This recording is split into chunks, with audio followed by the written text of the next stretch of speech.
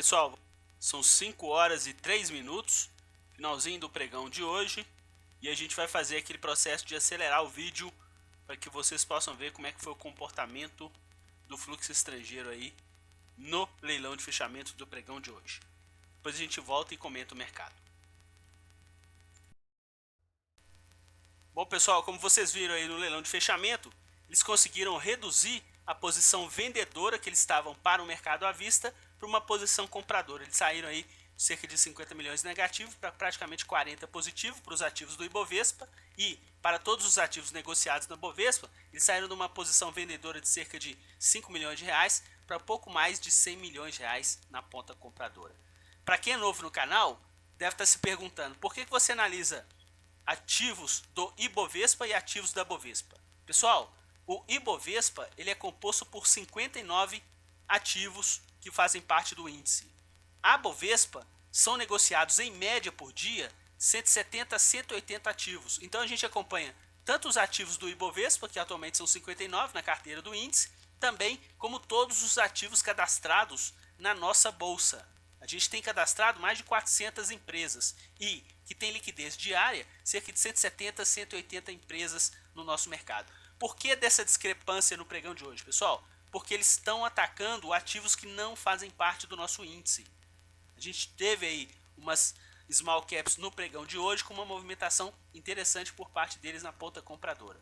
Como a função do nosso canal não é dar nem cal, e sim conscientizar todo mundo para o poder do fluxo estrangeiro através das corretoras estrangeiras que a gente acompanha, a gente gosta sempre de acompanhar esses dois canais, porque quando a gente tem uma discrepância maior, a gente consegue filtrar aí as empresas que estão atuando na ponta compradora que estão fora do índice.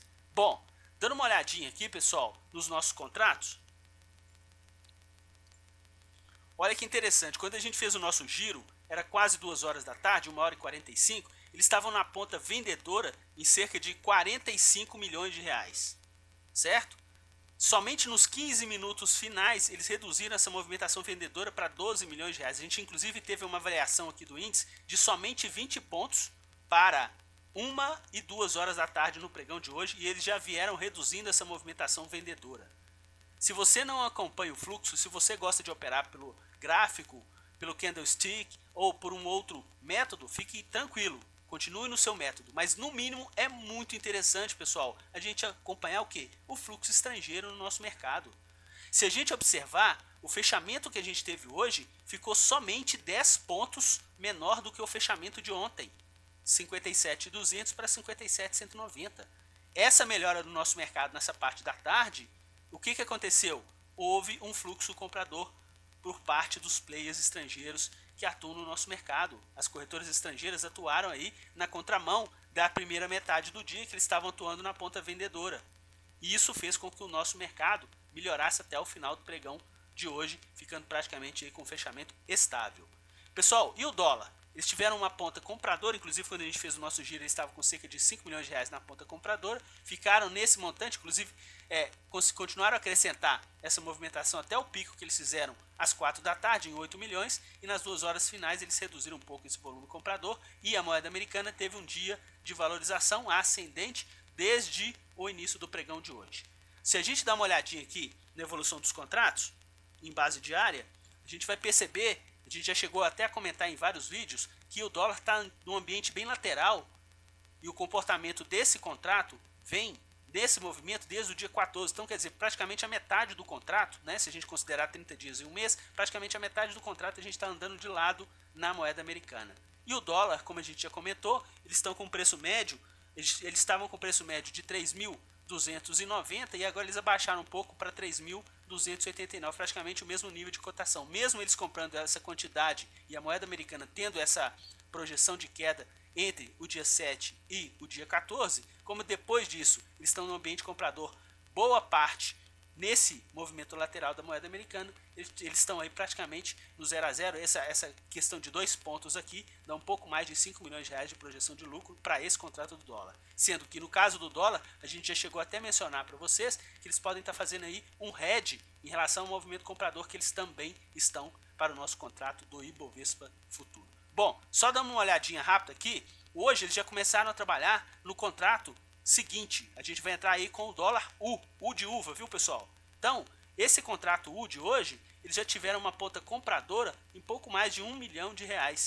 E a gente que terminou o contrato U a 3.300, o pregão de ontem, a gente teve uma valorização aí de 24,5 pontos e esse ambiente comprador por parte deles para esse próximo contrato. Vamos ficar atento em relação a isso.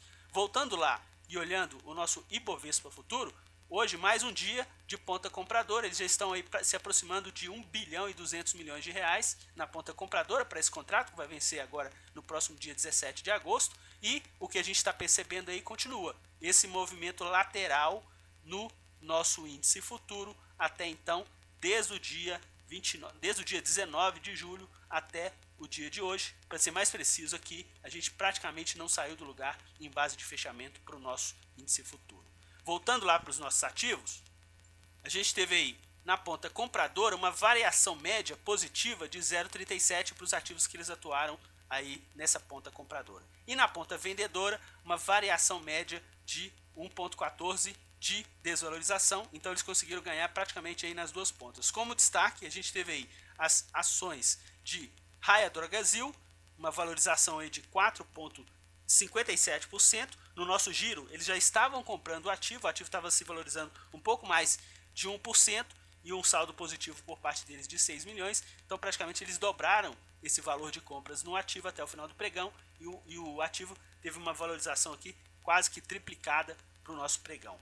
Na ponta vendedora, Pão de Açúcar, a gente já tinha percebido que eles estavam atuando na ponta vendedora como carro-chefe no nosso giro, então eles continuaram essa movimentação no ativo, inclusive acrescentaram aqui um pouco mais de 4 milhões de reais e o ativo que estava caindo cerca de 8% no nosso giro terminou com uma desvalorização de pouco mais de 10% no pregão de hoje.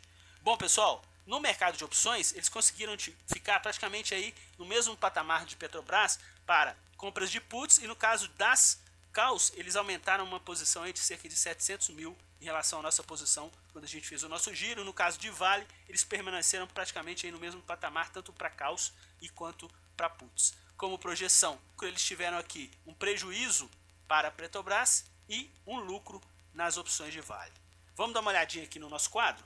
A gente percebeu hoje, inclusive perderam dinheiro porque a gente teve aqui uma desvalorização de 3,16 e também atuaram na ponta vendedora para as opções de Petrobras, que aí sim eles conseguiram praticamente zerar essa movimentação aqui, ficaram com um leve prejuízo aí para as opções de Petrobras. No caso de Vale, eles atuaram na ponta compradora para as opções de Vale e eles tiveram uma variação positiva de 1,92 e o carro-chefe hoje, inclusive que deu um maior poder de projeção de lucro, foram as vendas de Vale hoje. Inclusive a Vale H99 com pouco mais de 5 milhões de reais na ponta vendedora e a gente teve aqui uma projeção de prejuízo, ou seja, que é projeção de lucro para eles de 2,54, que deu um pouco mais de 170 mil reais. Pessoal, a gente vai encerrar o nosso fechamento de hoje comentando a seguinte coisa. O nosso mercado, a gente está vivendo aí vários dias de praticamente uma lateralidade. A gente já percebeu isso pelos nossos contratos do índice futuro. Inclusive, uma coisa que é interessante a gente observar é se o fluxo estrangeiro, por parte das corretoras estrangeiras que a gente acompanha, se eles vão atuar no volume vendedor, principalmente para os dois mercados, o mercado à vista e o mercado futuro. Enquanto isso não acontecer, a probabilidade do nosso índice cair e ter uma correção mais forte vai ficar muito pequena. A gente conseguiu ver mais um dia onde que eles começaram um dia vendedor para o nosso mercado, compraram o Ibovespa futuro e no leilão de fechamento eles compraram praticamente aí 100 milhões de reais para o nosso mercado à vista. A gente começou o leilão com uma queda de 0,4 do índice e terminou o dia de hoje com uma queda de 0,3 para o nosso mercado. Joinha, pessoal? Quem gostou desse vídeo, dê um joia, se inscreva no nosso canal para você poder colocar aí dentro da sua caixa todos os nossos vídeos. À medida que ele for saindo, você recebe uma notificação na sua caixa de e-mail. Hoje a gente teve uma pergunta no nosso canal sobre qual que é a periodicidade que a gente divulga os nossos vídeos. Bom, pessoal, a gente sempre fazia o nosso fechamento diário e hoje em dia a gente está fazendo aí também o nosso giro do mercado, que geralmente é por volta de meio-dia, meio-dia e meia. Hoje, inclusive, saiu um pouco mais tarde, saiu por volta de 1h40. Então a gente naturalmente vai conseguir fazer aí duas vezes, por exemplo, na metade do pregão ou no início, né, um pouco mais do início, um pouco mais de meio-dia e certamente no fechamento do mercado. Então a gente vai sempre procurar postar pelo menos 2 vídeos diários, porque aí a gente consegue sempre andar bem colado na observação do fluxo estrangeiro por parte das corretoras estrangeiras que atuam no nosso mercado. Um grande abraço a todos e até o nosso próximo boletim. Tchau, pessoal!